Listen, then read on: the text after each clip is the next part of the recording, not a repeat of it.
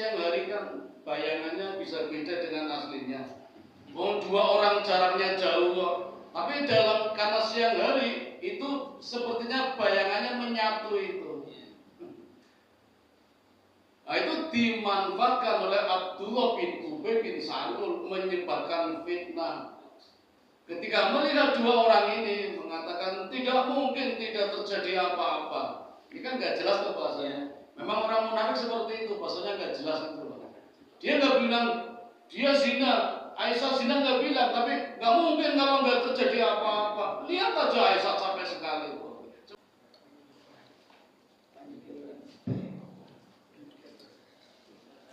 Assalamualaikum warahmatullahi wabarakatuh.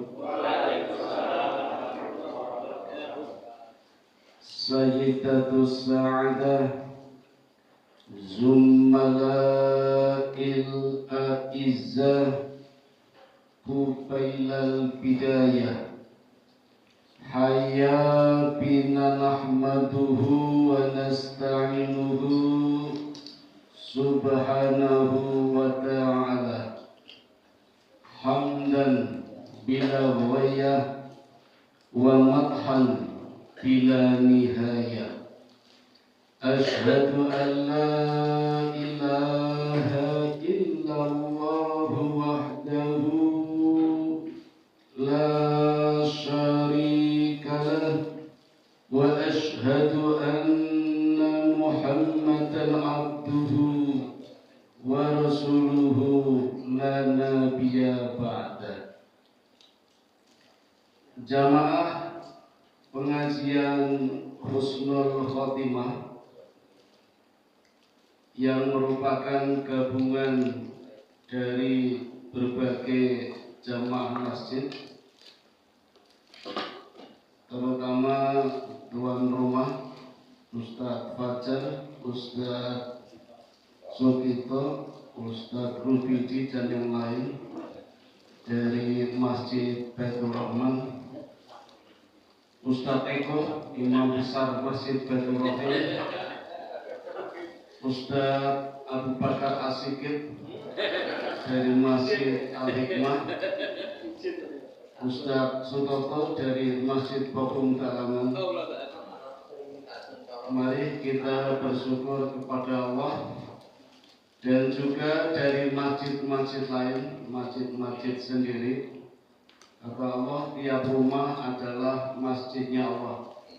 Kalau rumahnya diniati sebagian ruangannya untuk masjid, walaupun dipakai sendiri, walaupun di kamarnya sendiri, kalau diniatkan masjid, maka jadilah masjid. Malam ini kita bisa bermuajah kembali, satu kenikmatan terbesar dan juga berkat syafaat dari Rasulullah Sallallahu Alaihi Wasallam.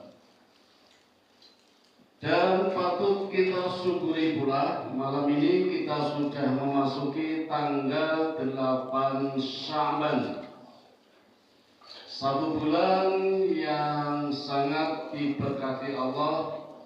Walaupun bulan Sya'ban tidak termasuk dalam Ashhurul Hurum.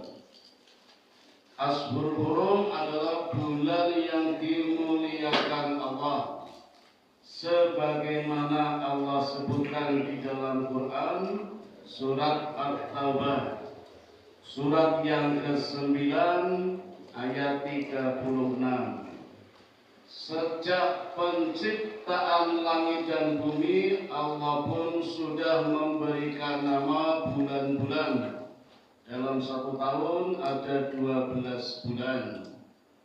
Dan dalam 12 bulan itu ada 4 bulan yang disebut sebagai Ashhurul Hurum, yaitu bulan Dzulqa'dah, Dzulhijjah, Muharram, dan yang satu lagi melompat jauh, yaitu bulan Rajab.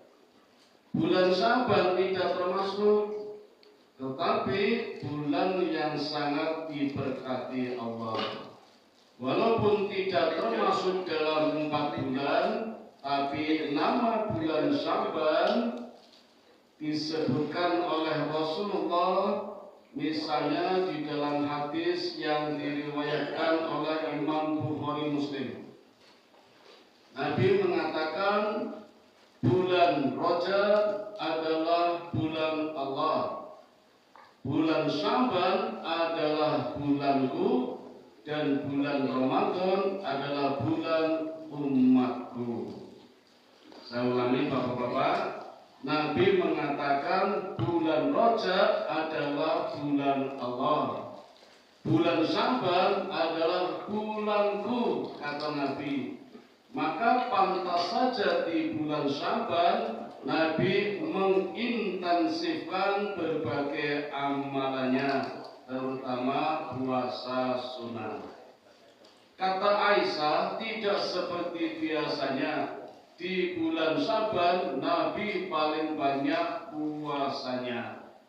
Dalam riwayat lain 1 bulan.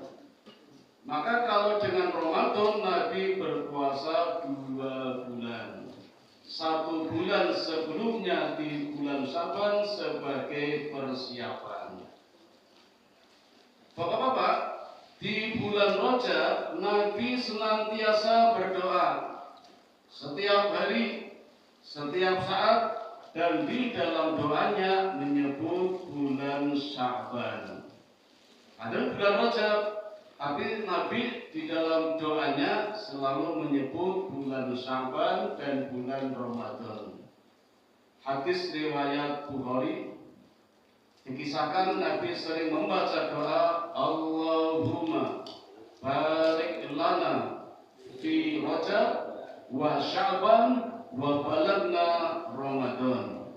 Ya Allah, berkailah kami di bulan Rajab dan Sya'ban, dan sampaikanlah kami ke bulan Ramadan. Jadi kalau kemarin di bulan Rajab Bapak-bapak rajin berdoa dengan doa ini, kemudian Allah kabulkan, pasti umurnya dipanjangkan. Paling tidak bertemu dengan bulan Ramadan bulan depan. Amin ya rabbal alamin. Misalnya tidak ketemu, ya alhamdulillah. Siapa tahu kalau ketemu malah puasanya batal, orang kuat ngambek. Atau kemarin nggak berdoa, tapi kemudian nanti bertemu dengan bulan Ramadan, ya alhamdulillah, itu rahmat terbesar dari Allah. Itulah 2 hadis Bapak-bapak yang menjadi dasar kenapa bulan Sya'ban termasuk bulan yang diberkati Allah. Selanjutnya Bapak-bapak, di bulan Sya'ban banyak terjadi peristiwa-peristiwa penting yang menambah kemuliaan bulan Sya'ban. Di antaranya adalah terjadinya perang Bani Mustalik. Perang apa, Pak? Pernah dengar ceritanya? Kalau pernah, udah jadi nanti. Disebut perang Bani Mustalik karena Nabi melakukan peperangan melawan Bani Mustalik atau suku Mustalik, ya. Pakai to sama kof, Mustalik. Mustalik sebenarnya nama panggilan, julukan seorang tokoh masyarakat dari suku Khuza'ah. Namanya Jadhimah bin Sa'ad bin Amr bin Rabi'ah bin Haris. Jadi sudah turun-temurun itu. Jadhimah punya bapak namanya Sa'ad, Sa'ad punya bapak namanya Amr, Amr punya bapak namanya Rabi'ah, Rabi'ah punya bapak namanya Harithah. Menurut panjenengan Jadhimah ini lanang apa itu? Kalau di dalam grammar bahasa Arab itu nama perempuan, Jadhimah, karena ada tamar buton. Tapi ternyata laki-laki. Mungkin dulu pengen anak perempuan, lainnya laki-laki. Diberi nama Jadhimah. Ya sama dengan saya pengen punya anak laki-laki, sudah tak beri nama Rafid, jebul perempuan, tambah aja Rafidah. Yang kedua pakai bin, pasti laki-laki. Kalau perempuan menggunakan binti. Kalau ingin menghafal mudah saja Pak. Jarimah bin Sarah, Sa'ad, Amr, Rabi'ah, Harisah. Dah gitu aja, Sarah. Biar mudah dihafal.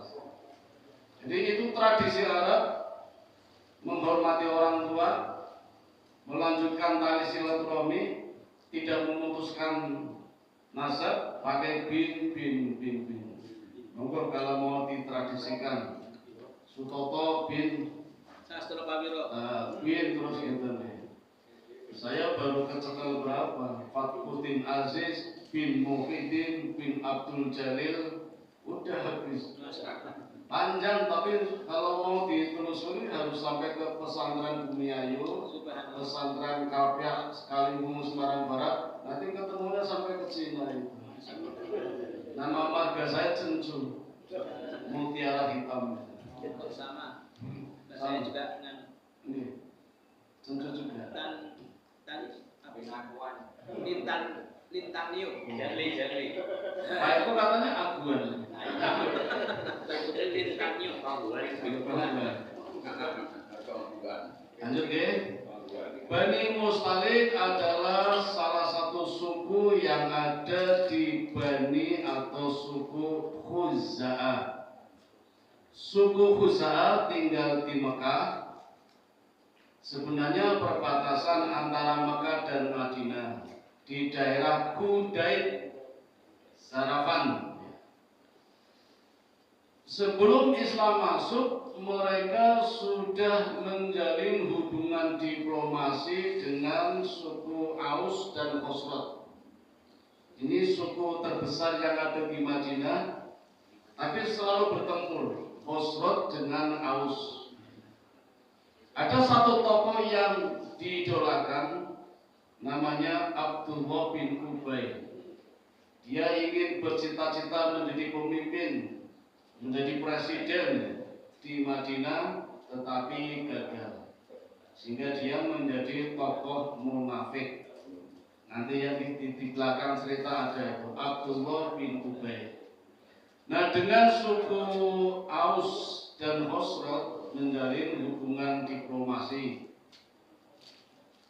Sama dengan suku-suku lain yang ada di Mekah, ketika Islam datang, mereka sudah terjebak dengan perbuatan syirik dan kebiasaannya selalu menyembah patung Manat.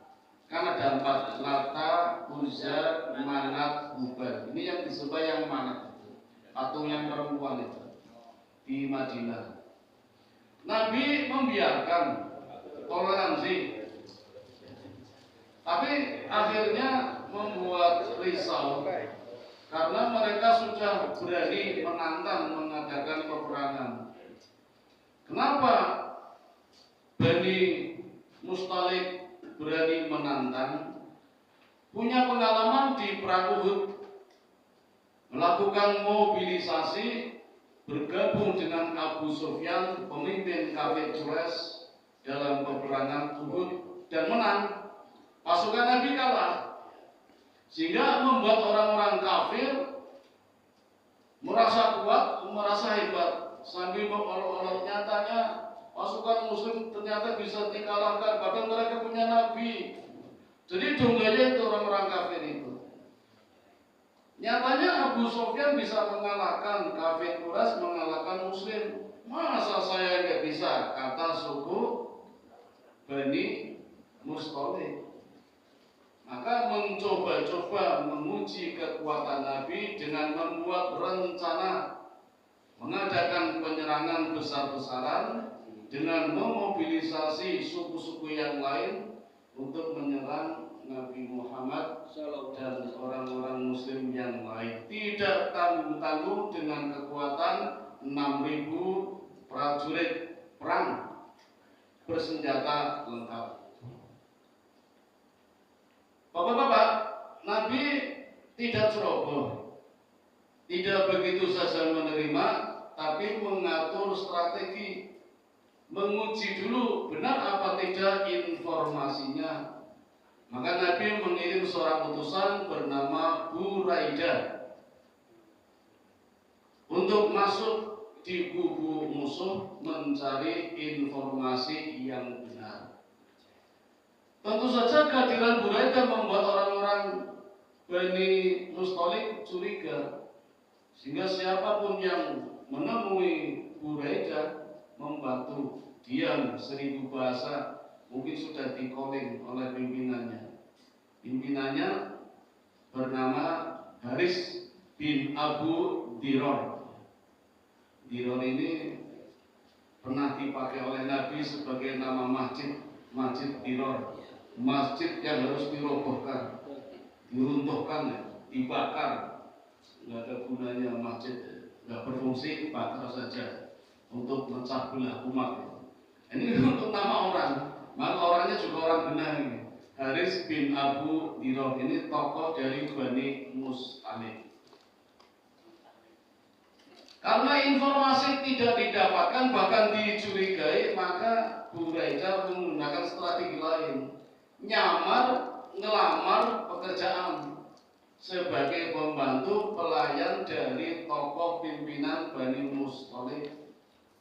Kata pimpinannya, oke, siap-siap saja, karena mungkin saya akan sering berkeliling, berbisnis, diplomasi, nanti kamu tak jadikan staf pembantu utama dengan gaji yang besar di atas UMR, tambah 2 juta per bulan, tambah sertifikasi, TPP, TPP dan lain-lain.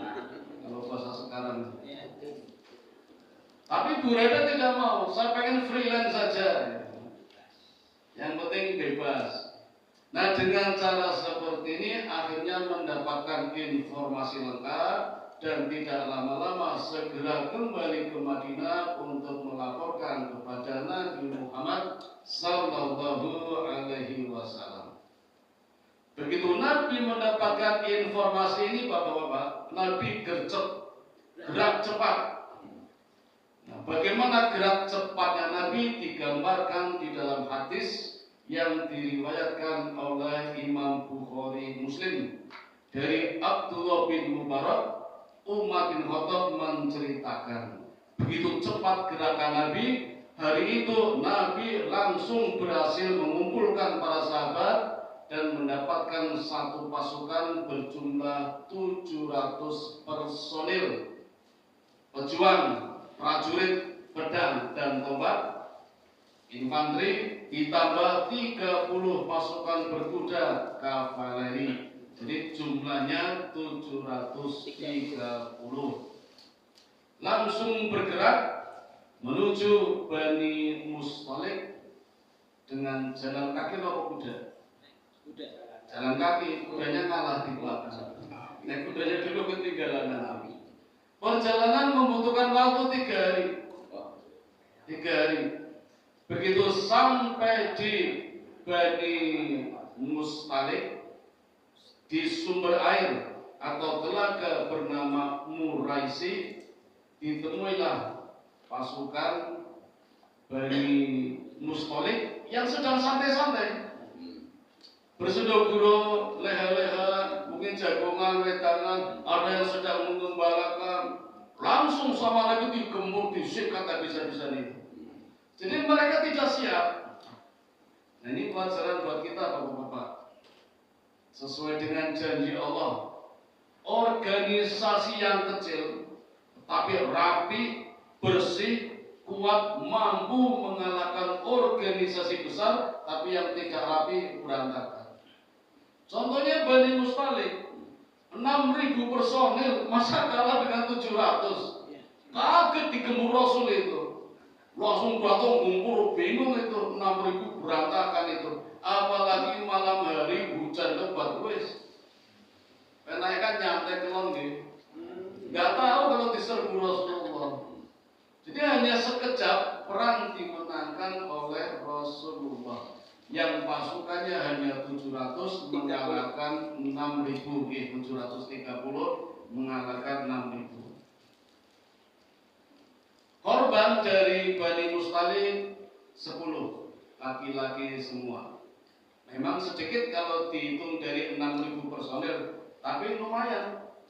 Sedangkan dari pasukan Nabi hanya satu, namanya Hisam bin Sobabah. Itu saja nyasar, nggak sengaja. Hisam bin Sobabah itu orang Muhajirin, orang yang hijrah bersama Nabi dari Mekah ke Madinah. Tidak sengaja terbunuh oleh orang Ansor, orang yang menolong Nabi, orang yang menyebut kedatangan Nabi hijrah. Karena gelap malam hari, hujan lebat, jadi nyasar itu, temannya sendiri terbunuh. Namanya Hisam bin Sobabah. Kakaknya protes, tidak terima kalau adiknya terbunuh, lalu menuntut balas dendam. Menghadap Rasul, ya Rasul, saya menuntut dendam. Kata Nabi, nggak usah lah, ini kan nggak sengaja, gelap, dikira musuh, hujan. Enggak ya Rasul, kata Nabi, saya bayar dia, bayar denda. Dendanya berapa Pak? Tradisi Arab, 1 nyawa 100 ekor onta. Jadi kalau pengen kaya mendadak di sana aja Pak. Jangan gue sopo main dipatenin kono. 100 ekor onta itu dendanya itu. Nabi membayar itu, yang penting tidak membunuh sahabat Nabi. Kan sahabat Nabi nggak sengaja dari Ansor. Maka terimalah diat itu. Tetapi nggak puas, karena memang niatnya balas dendam membunuh. Walaupun diatnya diterima, tetap nggak puas. Lalu pura-pura masuk Islam. Namanya Makis bin Sobabah. Pura-pura masuk Islam, tinggal di Madinah, ikut sholat, ikut pengajian, khusus khotimah malah. Sambil menunggu saat yang tepat. Tibalah waktunya pas Nabi tidak ada, lalu sahabat yang membunuh Hisam bin Sobabah dibunuh oleh kakaknya, namanya Makis bin Sobabah. Setelah membunuh, lari ke Mekah dan murtad, kembali lagi ke agama semula, Islamnya ditinggal. Dalam kisah selanjutnya, Makis terbunuh Pak. Ketika pembebasan kota Mekah, Fathu Mekah, Makis terbunuh dalam keadaan jahiliyah, murtad. Dan masuk Islam itu keluar lagi. Nah itu korbannya satu, tidak sengaja. Nabi mampu mengadakan perlawanan bahkan kemenangan, dan korban dari Bani Mustalik 10 orang, ditambah tawanan 200 keluarga, 2.000 onta dan 5.000 kambing. Kayak mendadak ini. Perang sekejap dapat 5.000 kambing, 2.000 onta, 200 keluarga. Itu tawanannya. Ghanimah. Dan harus dibagi-bagi. Nah ini ada hal unik Pak. Ada hal unik ketika membagi-bagi ghanimah. Ternyata dari 200 keluarga tawanan ini, ada yang perempuan, ada yang anak-anak sampai cucu-cucu. Salah satu tawanannya bernama Juwairiyah binti Haris bin Abu Dirar. Anaknya pimpinannya.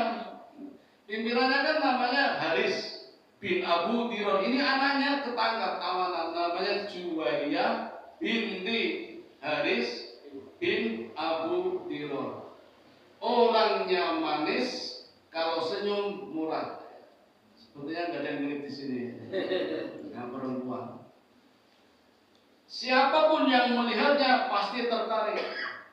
Dan Nabi membagi-bagi ghanimah, termasuk wanita ini dibagikan kepada anaknya, pamannya Aisyah. Aisyah istri Nabi Pak, yang diajak perang.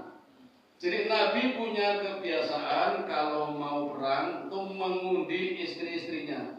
Yang namanya keluar diajak ikut perang. Nah, waktu itu yang keluar Aisyah diajak perang. Dipun Pak, jangan tindak ngejak bosone betul. Atau waktu ngejak tadi anak-anak kafir. Ini untuk imlek dulu ngejak bosone betul. Nabi perang aja diajak itu, apalagi cuma JJS, JJP, diajak itu. Nah, Aisyah diajak. Nah, jadi Juwairiyah binti Abu Dirar itu menjadi tawanannya anaknya pamannya Aisyah, namanya Sabit.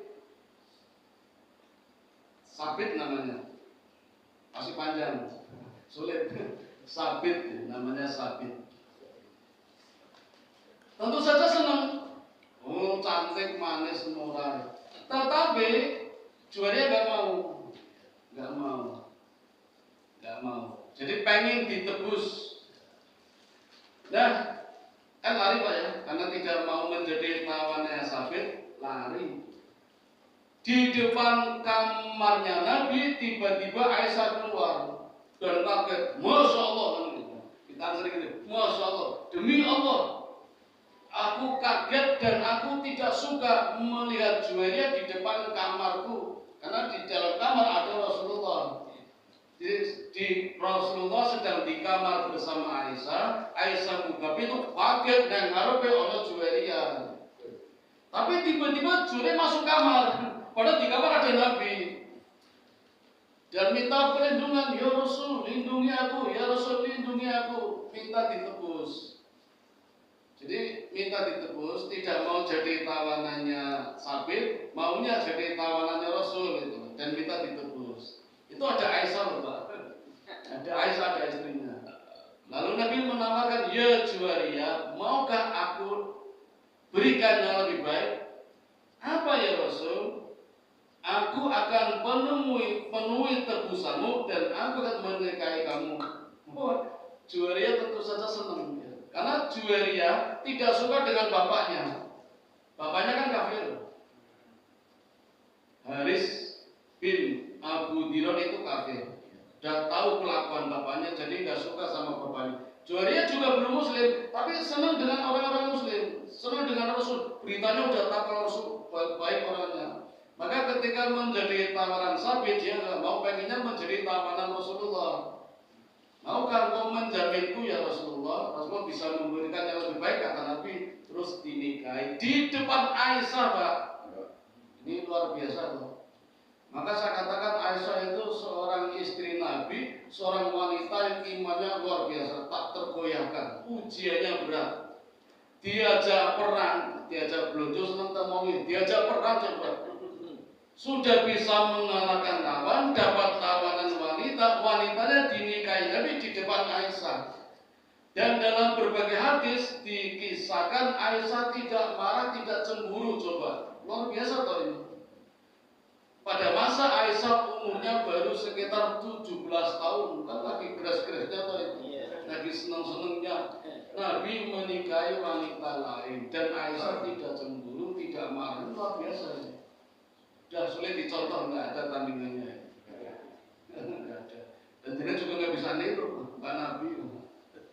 Ya paling tidak niru akhlaknya, dia tidak harus niru perbuatannya. Karena Nabi kan punya sifat khos bil khos. Layaninya khos bil khos, khusus Nabi, yang lain nggak bisa itu. Nabi menikahi Juwairiyah binti Haris bin Abu Dirar. Dalam riwayat dikisahkan berdua rukun, Aisyah sama Juwairiyah. Kadang sering ngobrol bareng, menceritakan kebaikan-kebaikan Nabi. Kan nggak ada ya dua istri seperti ini. Jadi Aisyah kayak ngajari, nek kalau Nabi gini, sukanya gini, romantis sekali. Baik Bapak, di sisi lain membagi honimah yang lain, tapi bukan yang wanita. Nah, ada seorang tokoh munafik yang saya katakan tadi, Abdullah bin Ubay, bin Salul, tokoh munafik yang suka memanas-manasi ini, manasi suku Muhajir agar marah dengan Ansor, manasi Ansor agar marah dengan Muhajirin. Dipanas-panasi sampai hampir terjadi pertikaian dua suku ini. Padahal sudah memenangkan peperangan, ghanimah banyak, tinggal bagi saja dipanasi sama Abdullah bin Ubay agar dua suku ini bertempur. Karena Nabi berhasil menyatukan. Maka kesimpulannya dua tokoh ini, dua tokoh suku Aus dan Khosraj yang sudah disatukan, tapi hampir pecah gara-gara Abdullah bin Ubay. Sama Rasul disatukan kembali. Maka Rasul mengatakan, beginilah cara melawan orang-orang munafik. Tinggal pergi saja, nggak usah diurusi. Kalau maunya para sahabat, terutama Umar, ya Rasul, tinggal bilang saja, saya sudah siap dengan pedang, siap tebas batang lehernya. Nabi bilang, bagaimana nanti kalau orang mengatakan Nabi membunuh sahabatku? Nabi tercemar nanti. Walaupun orang munafik, tapi nanti orang munafik kan jadi muslim. Munafik itu Islam, Pak. Ini KTP itu. Kalau bahasa kita Islam ini KTP. Kalau zaman Nabi namanya munafik itu. Jadi mau KTP-nya itu suka memecah belah. Umar maunya penggal kepalanya, tapi kata Nabi, saya tidak ingin mendengar kalau aku pernah membunuh sahabatku. Jadi tinggal saja, nggak usah diurusi. Tapi ternyata nggak kapok, Pak. Terjadi masalah besar lagi. Padahal perang sudah selesai, sudah menang, tapi timbul masalah besar. Masalah hadisul ifki. Hadisul itu omongan, ifki bohong. Jadi berita hoax menyebarkan fitnah. Itu terjadi ketika pulang dari perang. Dalam perjalanan yang sangat melelahkan, melewati musim panas yang sangat panas, 2 hari lamanya, Nabi memerintahkan pasukan berhenti dulu, istirahat. Jadi semua prajurit duduk istirahat tiduran, termasuk 30 pasukan kuda. 2 diantaranya dipasangi keranda kayak kamar itu, namanya sekadu, yang dipakai untuk istri Juwairiyah dan juga Aisyah sendiri. Ya, nanti kalau berdua nggak kuat kudanya, buka ontanya ya. Pada saat istirahat, Pak, Aisyah punya hajat ke belakang, cari WC umum, kan nggak ada, adanya gurun pasir, jadi agak jauh, malam-malam itu. Ada yang lihat, oh Aisyah keluar, ya ditunggu. Kemudian balik lagi, naik ke atas keranda itu, orang lihat, oh sudah naik, aman. Tapi gak lama kemudian Aisyah keluar. Ketika meraba dadanya, terasa kalungnya hilang. Kalung dari ibunya ketika hendak menikah dengan Nabi kan diberi kalung marjan namanya. Marjan itu berlian. Sirul marjan. Iya, aslinya artinya berlian. Bukhari Muslim kan julukannya al-lu'lu wal marjan. Intan berlian itu julukan Bukhari dan Muslim. 2 orang ini al-lu'lu wal marjan, intan berlian. Aisyah balik nyari lagi. Ketemu, tapi udah pedel tinggal butiran-butiran. Nah, terus balik ke pasukannya. Sudah nggak ada pasukannya, sudah berangkat. Jadi ketika keluar lagi nggak ada yang lihat. Dan ahli sejarah mencatat di zaman itu wanita-wanita dulu kurus-kurus, badannya ringan-ringan. Termasuk Aisyah itu berat badannya cuma 40 kilo. Jadi ketika kudanya berjalan itu ada Aisyah apa tidak ada nggak terasa. Dikiranya udah ada, nggak tahu kalau Aisyah keluar lagi itu loh, ketinggalan. Aisyah teriak-teriak nggak dengar, berharap ada yang dengar nggak dengar. Jadi semalaman sendirian, duduk-duduk tiduran di atas batu. Coba Pak, kalau ini bisa istrinya jenengan Pak, ketinggalan di padang pasir. Nek ketinggalan nak pulpen, seperti ono HP, ono dompet, ono ATM. Ini ketinggalan di padang pasir. Tiba-tiba datang sahabat Nabi yang tertinggal juga. Tapi tertinggal sengaja karena memang punya tugas menyisir. Tim penjaring. Ya. Tim penjaring. Ya. Namanya Sofwan bin Muto'al.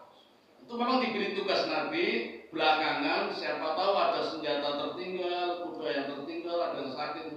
Nah dia ketinggalan, dia ketemu dengan Aisyah. Dan Aisyah kaget juga karena waktu itu kan belum ada hijab. Dan dia pernah melihat Aisyah nggak pakai hijab. Jadi mengenal Sofwan bin Mu'tal mengenal kalau itu istri Nabi itu Aisyah.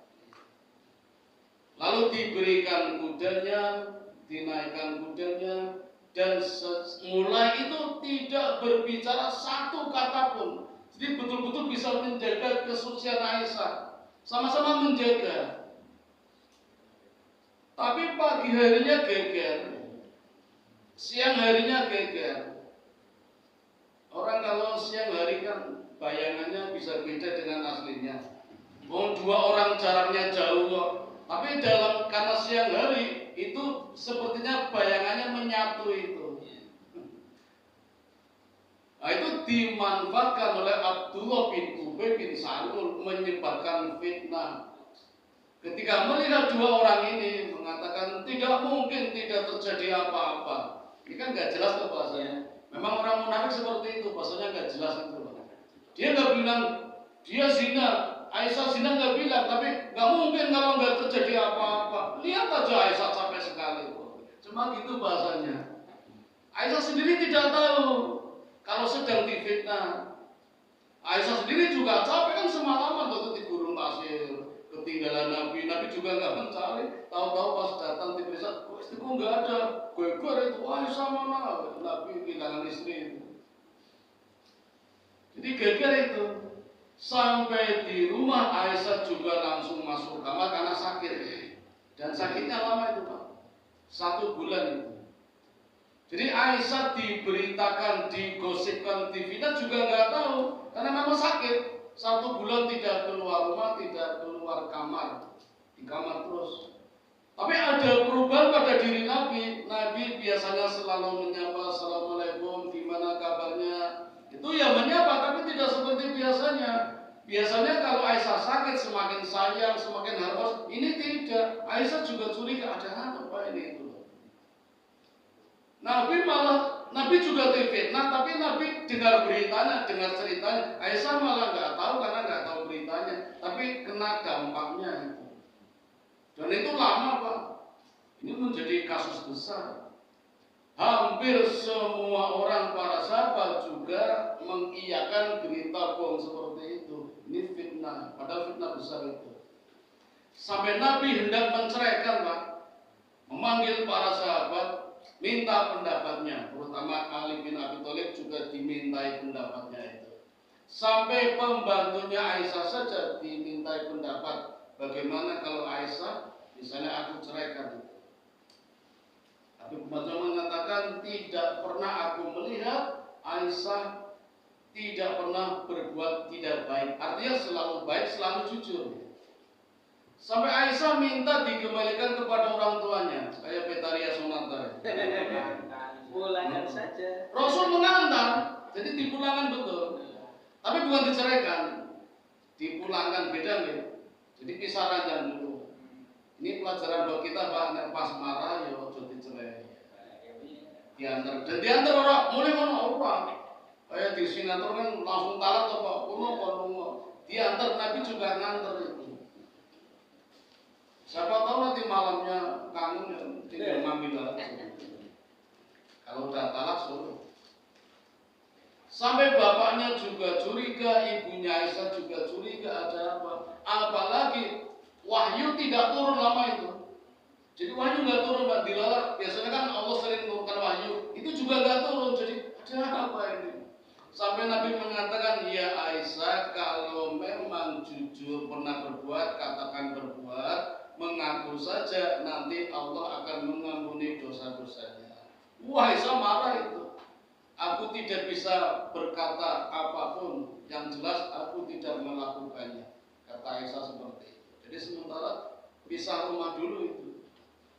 Nah akhirnya datang suatu hari yang tepat, Allah turunkan ayat-ayatnya surat An-Nur, surat yang ke-24 ayat 11 sampai 36. Panjang sekali. Berarti berapa ayat? 25 ayat. Itu membahas tentang perzinaan, saksi dan tuduhannya. Intinya Pak, orang kalau mau menuduh orang berzina itu harus ada 4 saksi. Yang 4 saksi ini kalau ditanya tidak bareng-bareng tapi terpisah, jawabannya harus sama. Kalau beda tidak sah. Jadi terjadinya di mana, zinanya dengan siapa, kapan terjadinya, 4 saksi jawabannya harus sama. Tapi 4 ini nggak dikumpulkan di tanah bareng, pisah-pisah. Kalau beda tidak sah. Berarti saksi palsu. Dan hukumannya Pak, kalau saksi palsu ngapusi bohong itu didera, dicambuk 80 kali. Maka nggak main-main. Orang kadang sembarangan, wah kayak zina, kayak pacaran, orang ngerti mencoba berita-berita aja. Apalagi penyebar yang utama itu, wah mengerikan sekali. Sampai anaknya Abdullah bin Ubay bin Salul, namanya Abdullah juga. Jadi Abdullah bin Ubay bin Salul itu Muslim Pak, tapi Abdullah bin Ubay bin Salul kan munafik. Itu menghadap Rasul, ya Rasulullah, saya dengar engkau akan membunuh ayahku. Kalau begitu ya Rasul, serahkan saja padaku, aku akan membunuhnya. Oh, coba ini. Anaknya akan membunuh bapaknya gara-gara menyebarkan fitnah seperti itu. Tapi lagi-lagi Nabi jawabannya seperti tadi, aku tidak ingin mendengar kalau aku membunuh sahabatku, walaupun orang munafik. Jadi Nabi tidak membunuhnya. Itu kisah yang paling tragis. Fitnah besar ternyata melanda juga pada keluarga Nabi. Apalagi kita Pak yang bukan Nabi, orang biasa dirasani tonggol ya biasa. Nabi saja pernah fitnah seperti itu. Kata Allah, ini bukan keburukan ya Muhammad, tapi kebaikan. Banyak pelajaran yang ada di dalamnya. Apa pelajarannya? Di antaranya, misalnya jam berapa ini? Sambung. 10. Satu lagi nih. Pelajaran yang terpenting dari kisah ini, 1, kita harus bersikap tegas. Yang 2, gercep, gerak cepat di dalam mengantisipasi lawan. Dan yang ketiga Pak, yang penting nih yang ketiga ini tentang fitnah nih. Dengan adanya peristiwa ini, Nabi menjadi jelas tampak kemunafikannya. Jadi perang Bani Mustalik itu perang yang betul-betul menampakkan siapa Muslim, siapa munafik. Jadi ketika Nabi menyerang Bani Mustalik, ternyata ada orang-orang munafik yang niatnya hanya ingin dapat ghanimah. Padahal Nabi kan tidak. Ghanimah hanya sekedar prestasi hasil kerja yang berhak dibagikan. Tapi orang-orang munafik ngincernya harta. Nah di sini kelihatan jelas tampak kemunafikannya. Ini pelajaran penting. Dan ini sering kita baca doanya biasanya ketika pelajaran selesai. Allahumma arinal haqqo haqqo warzuqna ittiba'ah wa arinal batila batila warzuqna ijtinabah. Ya Allah, tunjukkanlah kepada kami bahwa yang benar tampak benar. Berikanlah kekuatan kepada kami agar kami dapat melaksanakannya. Ya Allah, tunjukkanlah kepada kami bahwa yang batil tampak kebatilannya dan berikan kekuatan kepada kami agar dapat menghindarinya. Ini sering dibaca ketika majelis selesai, pembelajaran selesai. Sebelum subhanakallahumma ada doa seperti itu. Kalau mau membiasakan sendiri, monggo. Saya sering membiasakan. Sehingga tampak jelas ketika khotbah mana yang benar-benar muslim, mana yang cuma pura-pura. Kan kadang ada yang pura-pura Pak. Paling tidak biasanya di pengajian ada 3 orang yang pura-pura itu. Yang misionaris, yang preman, satu lagi intel biasanya. Ciri-cirinya ya belum kenal. Jadi asing ya biasanya. Kalau disidir biasanya nunggu, mungkin malu. Disidir jadi nunggu. Nah, sekarang pakaiannya juga jenggotan Pak. Iya. Banyak politik. Kadang saya diberitahu teman-teman, Pak Ustaz, tenang aja, sudah tak suruh pergi, amin matur nuwun. Kalau Jumatan ada yang pakai seragam, ada juga yang nggak pakai. Itu biasa, itu ada buzzer-buzzer. Itu penting kita Pak berdoa biar tahu jelas mana yang benar, mana yang batin. Itu doanya seperti itu. Ini pelajaran dari perang Bani Mustalik. Sekian dulu Bapak-bapak, satu peristiwa yang terjadi di bulan Syaban, pelajaran besar buat kita tentang perang Bani Mustalik.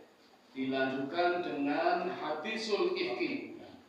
Ya, insya Allah kalau ada waktu lagi saya sampaikan peristiwa yang lain yang terjadi di bulan Syaban. Di antaranya apa Ustaz itu? Tahwilul kiblat, perpindahan arah kiblat dari Masjidil Aqsa ke Masjidil Haram. Kalau sebelumnya Isra, perjalanan malam, perjalanan suci dari Masjidil Haram ke Masjidil Aqsa, ini tahwilul kiblat, kiblatnya dirubah dari Masjidil Aqsa pindah ke Masjidil Haram. Jadi Nabi tadinya sholat menghadap utara, baru 2 rakaat pas sholat zuhur langsung menghadap selatan. Itu terjadi di bulan Syaban. Demikian yang dapat kami sampaikan. Saya kembalikan kepada pembawa acara. Mohon maaf kalau ada kekeliruannya, mudah-mudahan ada manfaatnya. Assalamualaikum warahmatullahi wabarakatuh. Waalaikumsalam warahmatullahi wabarakatuh. Terima kasih kepada Ustaz Fadlul Aziz atas tausiahnya pada malam hari ini. Semoga menjadi pencerahan buat kita semua. Kita buka untuk bagi jamaah yang mau bertanya, dipersilakan 1 atau 2 orang. Monggo.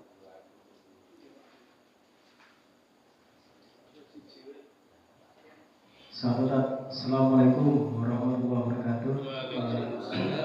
Selain peristiwa-peristiwa penting di bulan Syakban, pernah mendengar pengajian bahwa salah satu keutamaan bulan Syakban adalah seluruh catatan, bukan seluruh atau apa, catatan amal kita akan dilaporkan ke langit oleh malaikat berAllah Subhanahu wa taala. Seperti apa maksudnya? Apakah bulan-bulan selain Syakban catatan amal kita tidak dilaporkan gitu Ustaz? Atau hanya dicatat oleh malaikat Raqib dan Atid saja Mas? Menurut pendapat Ustaz seperti apa? Assalamualaikum warahmatullahi wabarakatuh. Waalaikumsalam. Seperti kita Pak Eko kan kita merasakan ya, ada PTS, pemilihan tengah semester, mid semester, ada semesteran, ada PAT, dan akhir tahun, ada ulangan harian, seperti itu. Ya, logikanya seperti itu. Saya sebenarnya curiga dengan hadis-hadis ini, kan ada hadis-hadis apa namanya Palsu. Kalau palsu terlalu lemah gitu aja ya. Ada orang yang suka mengumpulkan hobinya mengumpulkan hadis seperti itu. Dia nggak curiga, skeptis. Maksud saya ingin pelajari lagi itu. Boleh nggak apa-apa orang seperti itu, tapi mestinya harus bersikap tahdir. Tahdir tahu nih? Tahdir itu gini Pak. Harusnya jeli orang itu ketika mendapatkan materi dari ulama, ustadz, kiai, harusnya jujur. Maksudnya begini, kan ada ustadz, ada ulama, ada kiai yang menyampaikan materi ilmu dengan lurus, dengan ikhlas, benar, tapi kadang dimusuhi. Apalagi yang ceramah ustadz itu kena fitnah, kena berita hoax, terus orang langsung percaya, wah benar ustadz yang kena. Sementara ada ulama lain, ustadz lain, kiai lain yang kalau ceramah saru-saru, omongannya kasar, Seneng misuan. misu-misu, tapi malah disenengi. Wah itu bagus ceramahnya, lucu, podong guyu, rada sing ngantuk. Itu salah Pak. Jadi harusnya kita itu jujur, tahdir. Jadi yang sing ceramah ngucap guyon, misu-misu, itu yang salah itu. Mestinya kita benci sama yang itu. Kadang malah terbalik, benci sama yang jujur, yang lurus. Nah, kita harus bersikap tahdir. Zaman dulu belum ada HP, belum ada TV, Nabi saja mengatakan harus tahdir. Nah, sekarang kan godanya berat lagi, ada TV, ada medsos, banyak fitnah. Harusnya lebih kuat lagi, lebih intensif lagi tahdirnya. Seperti itu. Jadi kalau ingin menelusuri seperti itu, kalau orang mau jujur mestinya lebih mendalami hadis-hadis sahih daripada yang maudhu. Boleh mempelajari hadis maudhu, tapi jangan sampai tinggalkan yang sahih. Kadang membesarkan maudhu, yang sahih ditinggal. Tapi kalau ini benar, laporannya dilaporkan, ya benar saja. Logikanya seperti kita sekolah tiap semester, tiap tengah semester juga dilaporkan nilainya. Dan bagi yang nilainya progres masuk dalam eligible. Eligible itu SNBP, Seleksi Nasional Berbasis Prestasi. Masuk perguruan tinggi tanpa tes, hanya pakai raport dari semester 1 sampai 5. Kalau nilainya naik. Jadi kalau dengan ngajinya progres, naik terus, usul khotimah udah eligible, masuk surga tanpa tes gitu. Tapi kalau gagal nanti SNBT, Seleksi Nasional Berbasis Tulis, ada ujiannya itu, ditanya mereka tentang akhir itu SNBT. Ngaten Pak Eko yang bisa saya sampaikan. Iya. Jadi ini luar biasa ya, Nabi memang pinter banget. Nabi itu kearifan lokalnya hebat. Dimanapun saja bisa menyampaikan kebaikan-kebaikan. Jadi kalau dikumpulkan artinya tiap bulan ya punya kebaikan sebenarnya, punya keunggulan masing-masing. Intinya bulan apapun mari kita jadikan starting point, langkah awal hidup lebih baik. Kita jadikan titik balik. Kalau bahasa saya, iman kita kan seperti HP Pak, dipakai tidak dipakai pasti baterainya berkurang. Maka perlu dicas, jangan sampai mati. Kalau mati nanti nggak bisa dipakai, nggak bisa nge-ban, nggak bisa SMS. Dan juga harus kita isi ulang pulsanya, kan berbatas. Kalau tidak nanti nggak bisa dipakai, bahkan diblokir. Iman kita kalau diblokir Pak, nggak bisa masuk surga, nggak bisa ketemu Allah, nggak bisa ketemu Nabi. Maka jangan sampai diblokir, harus diisi ulang. Isi ulangnya pakai apa? Ya pakai kartu sesuai dengan kartu kita. Kartunya apa? Pak Toto udah dengar itu. Kalau kartu kita Indosat, maka iman kita isi ulang dengan kartu Indosat. Apa itu Indosat? Intensifkan doa, usaha, tawakal. Nah itu yang dibahas itu. Yang ditingkatkan doa, usaha, tawakal. Kalau kartunya Indosat.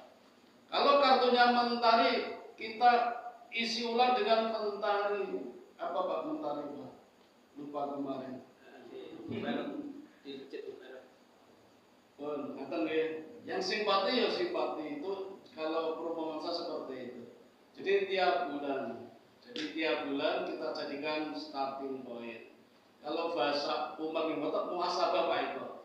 Nah, kalau bin Khattab sehari 2 kali, subuh, asar. Nah, itu untuk ngecas itu. Ya, Umar bin Khattab. Luqmanul Hakim tiap sebelum tidur itu iman kita dicas. Seperti Salahuddin Al-Ayyubi juga seperti itu. Ya, ayo ngaten Pak Dong. Baik, terima kasih Ustaz atas jawaban.